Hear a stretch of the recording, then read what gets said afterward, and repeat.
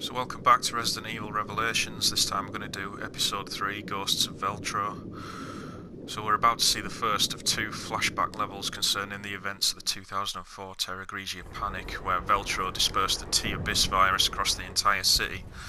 This resulted in a 3-week incident that destroyed the entire area and marked the worst disaster since Raccoon City.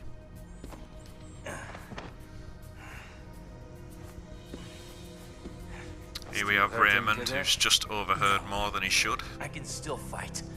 That's the spirit. It's over. The city is finished.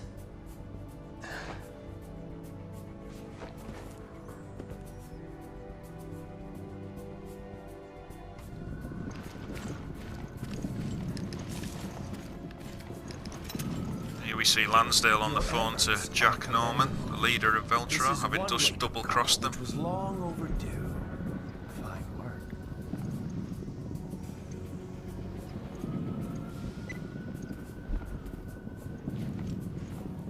Jessica, Parker, come in.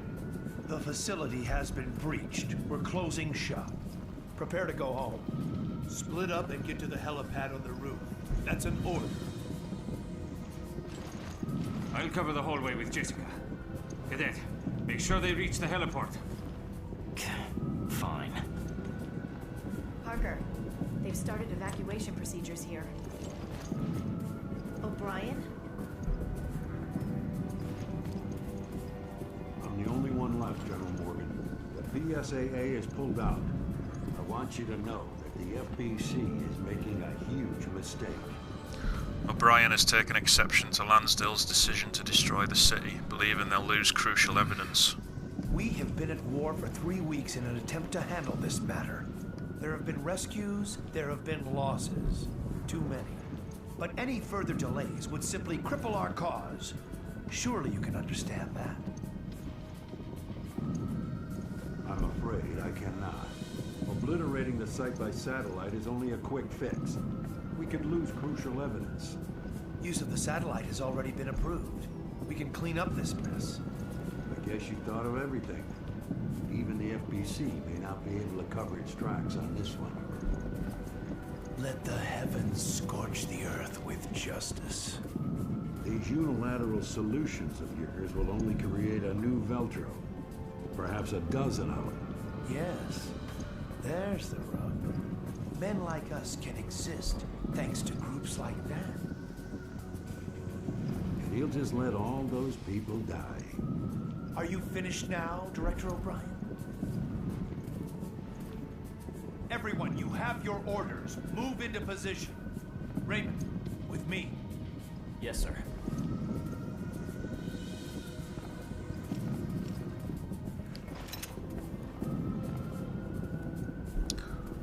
So the important sentence there was O'Brien's warning that such a quick fix could only create a new Veltro, or perhaps even a dozen of them, and Lansdale's pleased response that he thinks that's a good thing, because men like them can exist thanks to groups like that.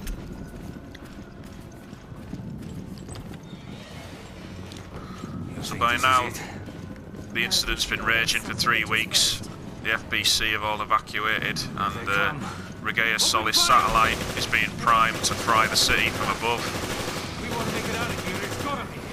After this, we Hunters have breached the building. These are just standard 121 variants purchased off the black market using funds provided by Lansdale. Did Veltro make them all? can't contain this. The world when they find out. Everyone will equip Veltro with terrorism. I think that's what they're hoping.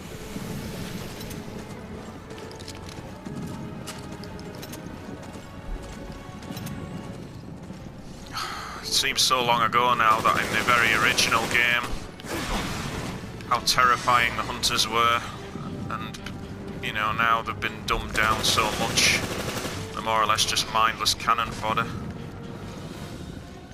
You know, they are still quite fast, quite agile, but nowhere near as terrifying as they used to be.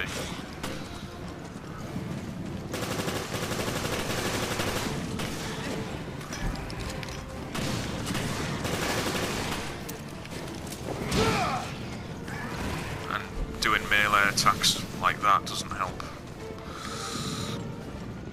That takes care of that. Right. Now it's our turn to get on that chopper. That elevator should still be operational. This way. So the origins of the Terragrigia incident lead back to Morgan Lansdale, who had a background in the US military and a career in foreign espionage. Following his retirement, he served as an advisor to the Global Pharmaceutical Consortium. Forgot about this guy.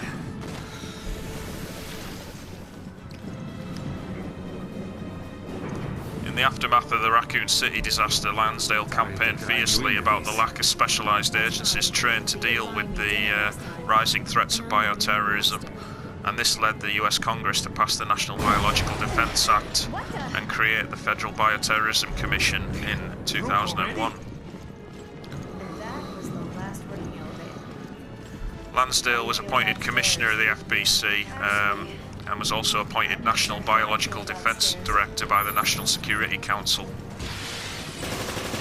He was now a major figure for public health and biological defence and became a man of extreme influence and held great power.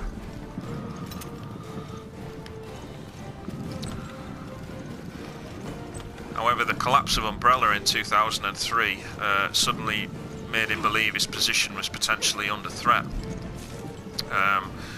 He had long desired to expand the FBC's charter and make them even more powerful. But the final collapse of Oswell Spencer's corporation sowed the first seeds of doubt in his mind regarding his own future.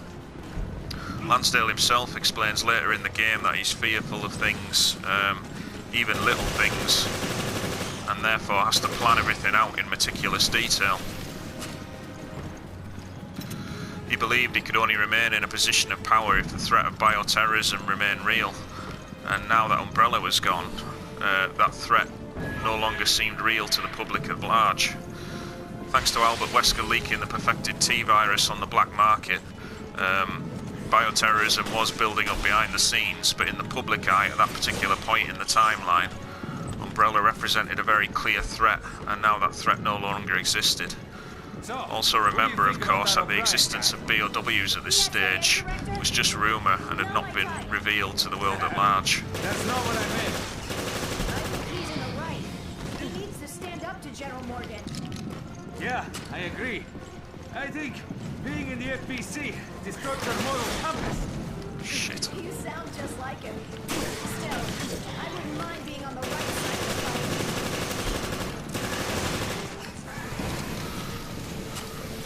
So in order to retain his power and status and make the FBC even more powerful,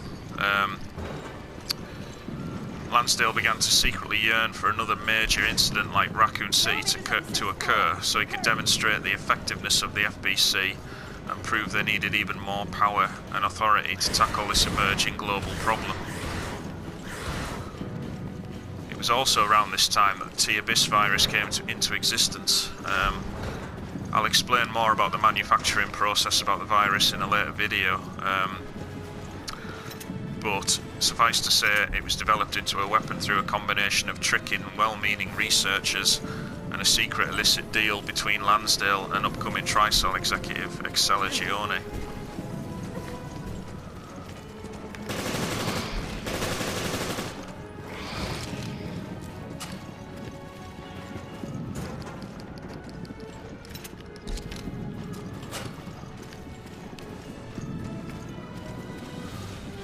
Basically, Excella wanted a new viral weapon to monopolise the marine bioweapons market, which was an untapped resource at that particular time in the timeline.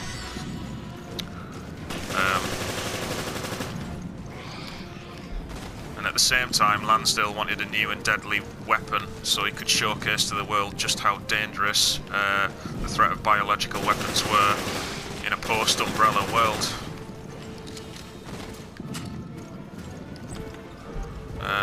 Which would obviously demonstrate the needs for agencies like the FBC and why they need to be more powerful. We can get through here. Give me a hand. It was vitally important that a viable vaccine was created for T-Abyss. For Excella's secret plan, she needed to sell the virus and the vaccine as a set to increase its market value. This is something we've seen before in Resident Evil Degeneration when Frederick Downing sold the T-virus and its vaccine to General Grande. Lansdale also wanted a vaccine in case the T-Abyss virus was ever stolen and used indiscriminately.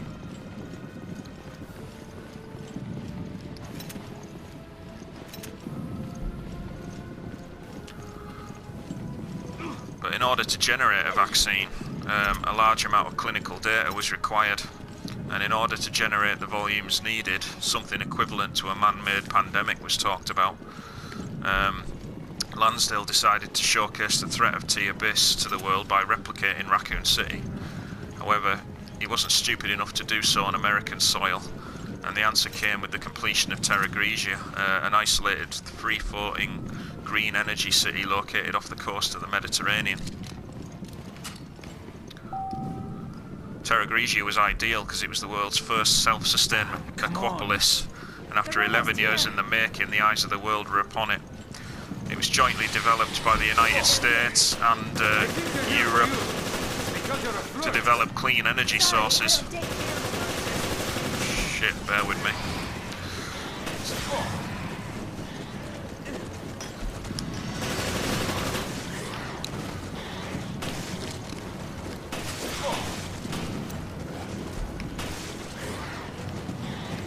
Yeah, can't talk at the moment.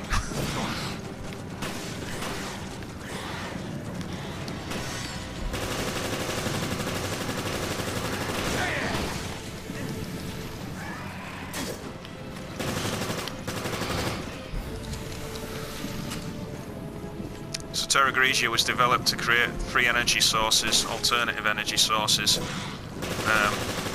It was placed strategically in the Mediterranean Sea so the Europeans could work on climate change initiatives and the Americans could develop energy sources for Africa.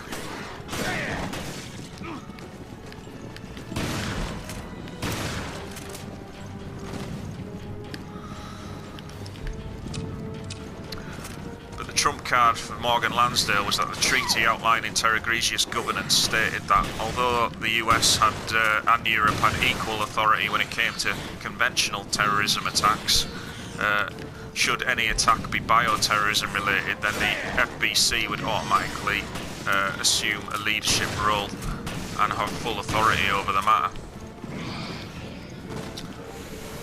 Lansdale also took notice of a small Italian terrorist faction called Il Veltro. Their doctrine was influenced by Dante Alighieri and was based upon a principle of modern society becoming increasingly corrupt.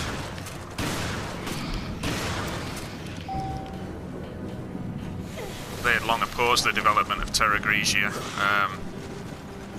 but their group was small and they lacked the resources to do anything about it other than protest behind the scenes.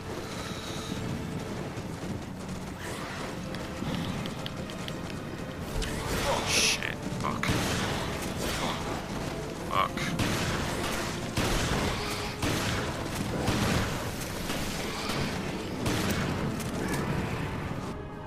Lansdale met in secret with Jack Norman, the leader of Veltro, and provided him the means to launch a strike upon Terragrigia.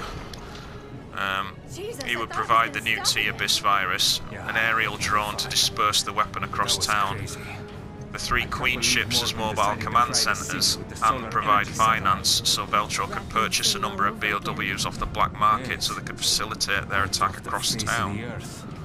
By tomorrow morning, Terragrigia will be just a name in a history book. These actions would finally give Veltro what they always craved, wealth, status, and the fear and respect of the wider world. In return, the FBC would step in to handle the crisis and save the day. Both Lansdale and Norman could then walk away claiming victory, with Norman making his mark upon the world and Lansdale gaining approval to expand his own power base and that of the FBC even further. But of course, neither man trusted the other's intentions. Jack Norman had all his meetings with Lansdale filmed as an insurance policy to expose him should he ever go back on their deal. And likewise, Lansdale had no intention of letting Veltro or Jack Norman survive Terragrigia so that his secret colluding with them would never be revealed. The Terragrigia Panic lasted 3 weeks before Lansdale gained approval to use the Regaia Solis satellite to destroy the town. Throughout the crisis, the Europeans pushed Lansdale to accept assistance of the BSEA, which was just a newly formed NGO at the time. Lansdale opposed this because he didn't want any outside snoopers uncovering any evidence as to how the whole incident was planned. But in the end, he was forced to accept the help of Clive O'Brien and his support staff. O'Brien was in Terragrigia long enough to at least sniff a rat after observing Lansdale's questionable decisions and his eagerness to destroy the city and obviously get rid of any crucial evidence. City.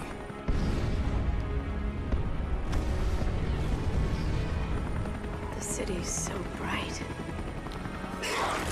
It also needs to be pointed out that Lansdale, despite what you may think, really wasn't an evil man.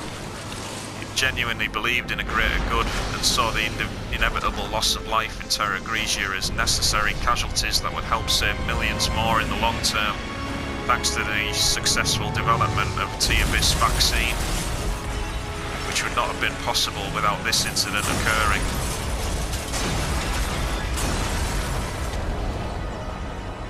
But at the same time, he was power-hungry and worried his status would falter after the demise of Umbrella. Remember in his conversation with O'Brien, he perks up when O'Brien suggests a new Veltro could emerge, or even a dozen of them. Lansdale seems delighted that men like him can exist thanks to groups like that. We came to help, but did nothing. Notice the Queen Dido sinking in the foreground there.